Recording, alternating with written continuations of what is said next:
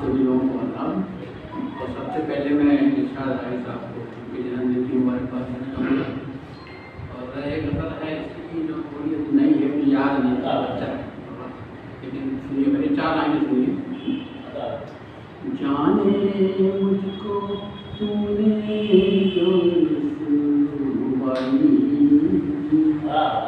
जाने मुझको तूने जो रुसवाई, खुश रहता हूँ ऐसी जो तन्हाई,